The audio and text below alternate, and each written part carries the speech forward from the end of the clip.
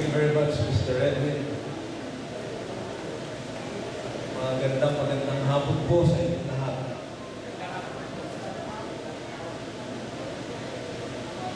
Buti na lang umabot pa ako. I said to be come late in an occasion, but I will make sure that I will never miss any occasion organized by Comsopil. That is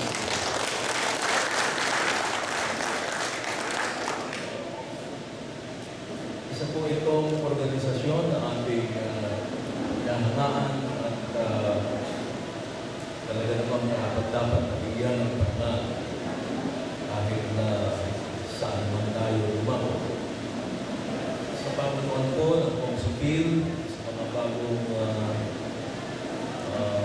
elected at inducted na pamanuan ito, sa lahat ng mga kasapi, our school administrator also, and all other leaders of the Philippine community who are here. Magandang hapon po sa inyo lahat. Kanina po'y nandun ako sa upuan at tinitingnan ko po yung mga nakasulat dito sa ating backdrop. All are loaded words, all are power words that would really inspire us. Sharing knowledge and the spirit of volunteerism. Can you imagine that?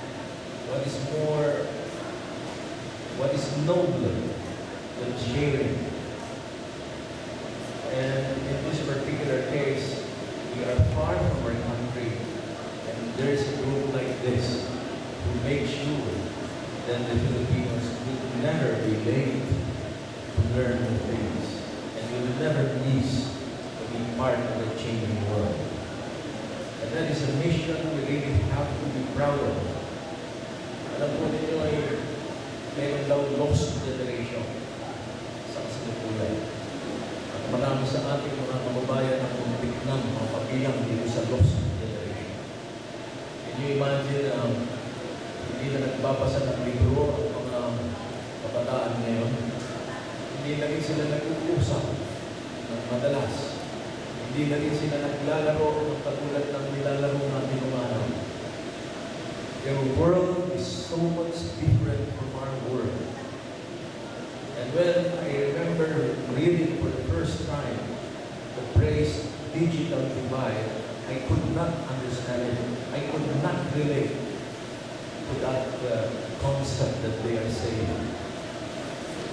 And when I read also that despite the huge sales of all the hardware worldwide, and despite the use of computer that we witness every day, they still say that only 5 to 10% of the world population can still be attuned to the changing times.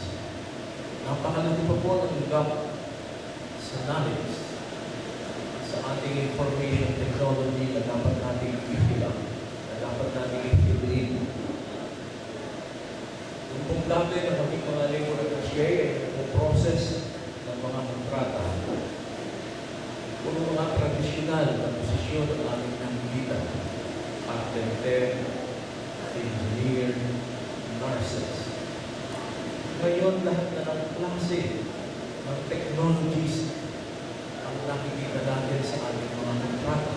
Ang occupational groups na iiba na rin. At pati na po ang mga kurso sa ating mga paaralan ay naiiba na rin. Sabi nga po everything is temporary and the only permanent thing is change. At ang luto po sa pagbabago niyan ay maraming kaparaanan kung paano tayo ay maging bahagi ng pagbabago. Tayo daw po ay maaaring pahila sa pagbabago. Hihila lang tayo ng pagbabago. Maaari din naman po tayong sumabay sa pagbabago. O kaya naman po ay mas mainam, maaari daw po tayong manguna sa pagbabago. We could be pulled by chains. We could be just coasting along with change, or we could be ahead of change. But today's technology will never ever be beneficial to mankind if we will never partake of it, either in three ways. But hopefully, we must be ahead of change. At ito po yung mundo na ginagawa ng philosophy. We don't like to be just pulled by change. We want to be with it, and we want to be ahead of change. Dito po sa kingdom, pag hindi po tayo talaga nagsikap, maiiwan po tayo ng gusto. Dati po, pag sinabing graduate of nursing, numero uno na tayo talagang pinag-prefer ng mga employer. Pero hindi pa nasapat yun. Kinakailangan pa rin magaling ka sa computer.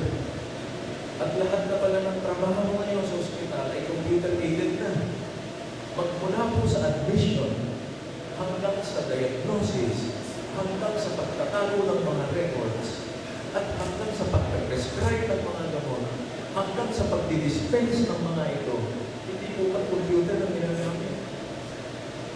At maging yung mga equipment na dala-dala po ng ating mga therapists at nurses, kung hindi po tayo mahulog ng fundamentals, matatakot ang ating mga bagong graduates.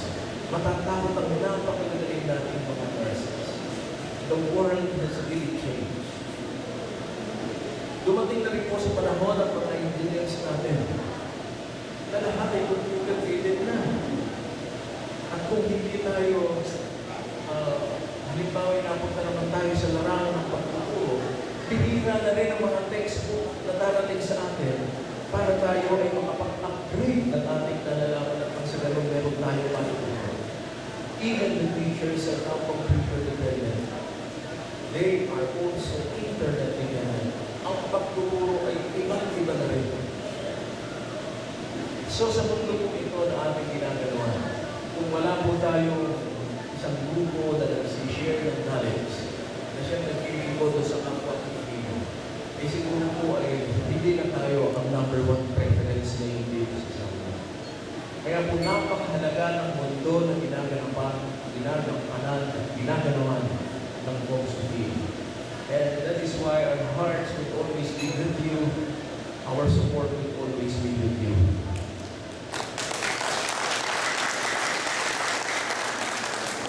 I started my career in government and in public service as a volunteer.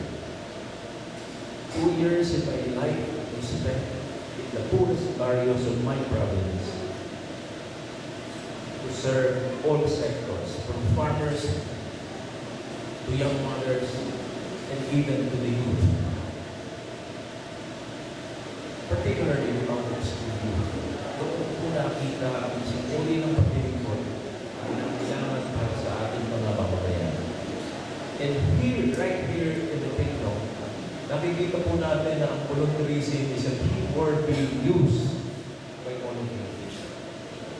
Yung po sa pagiging isang volunteer, lahat po ng pasakit handyan, lahat po ng sakripisyo handyan.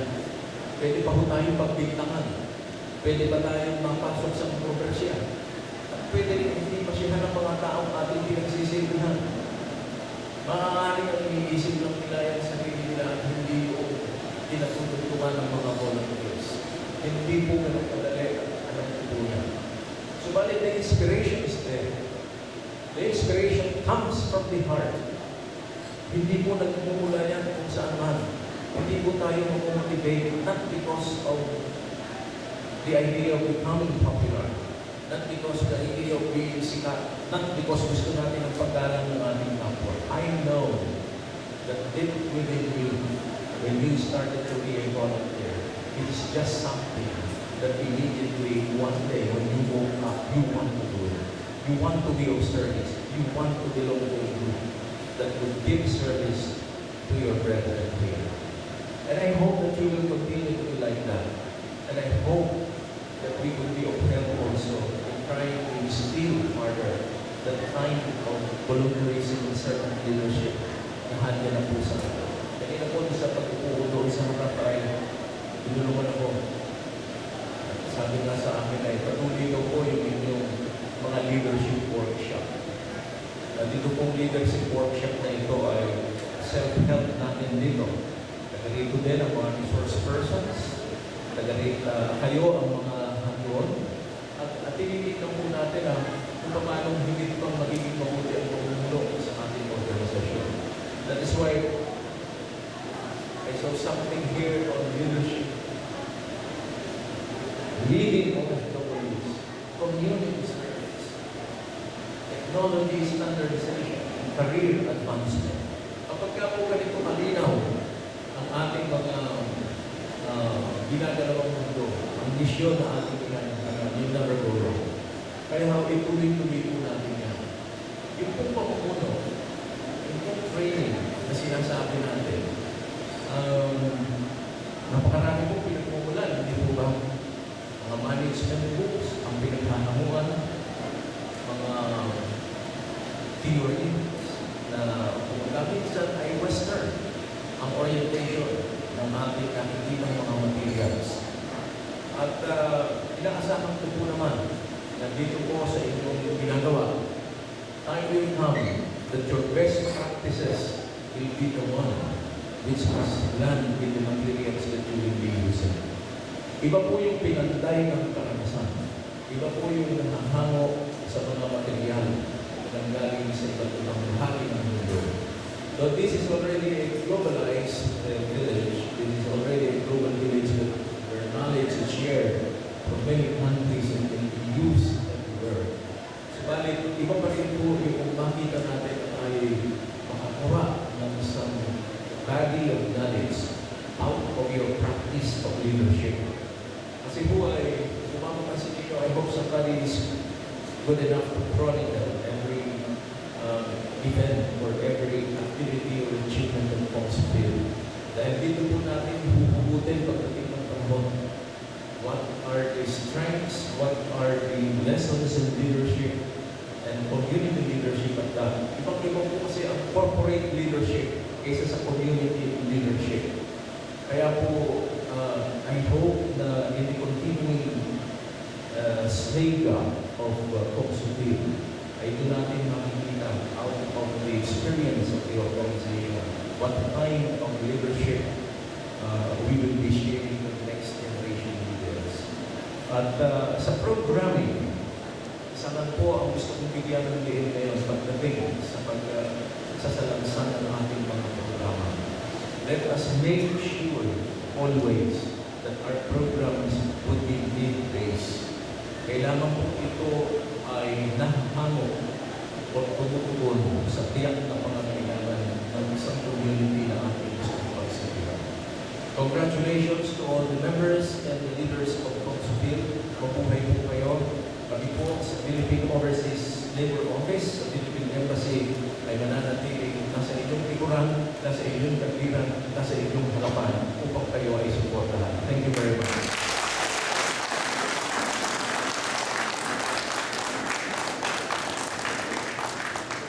Thank you once again, our labor attaché, for the very wonderful words of wisdom and words of challenge for all of us. So, we'd like to call on our chairman for Board of Trustees to join us over here, please. Yes. It's with the honor of reading the text, Mr. President. This flag of appreciation is hereby presented to Nora Bandustico M. De La Fuente, Colorian Labor Attaché, for being the guest of honor during the induction of officers 2014 of Computer Society for Philippine Offices International Incorporated, given this 28th of February 2014 at the Elite International School, Riyadh, Kingdom of Saudi Arabia, signed by the Secretary for 2014, George Satangyan Amores, and President for 2014, yours truly, Benjamin F. Cabaya, Jr.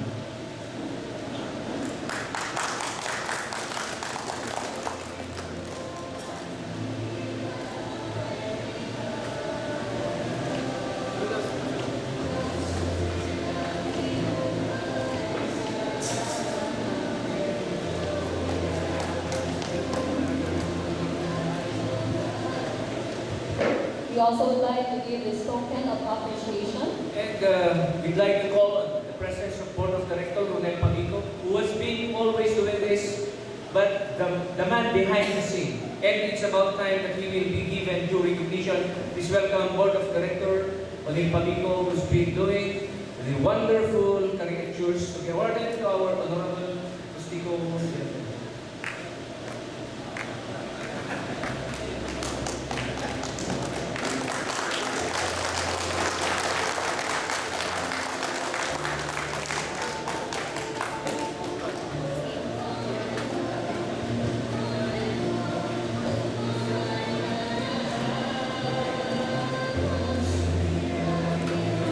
Once again, on behalf of Council, thank you very much to Honorable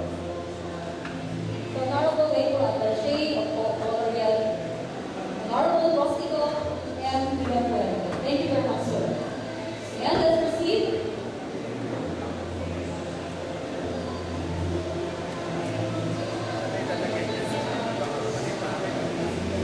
At this point, we also would like to give our partners and support organizations who, one way or the other, help us, help contribute to the success. For anything else, please give a round of applause for the family of Hannah Gatira, because we go to the airport. Thank you very much, ma'am, for being our next speaker. Thank you very much. Sir.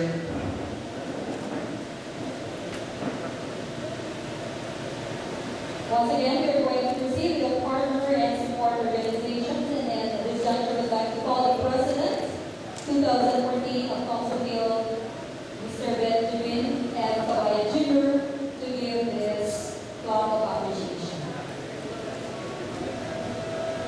Starting with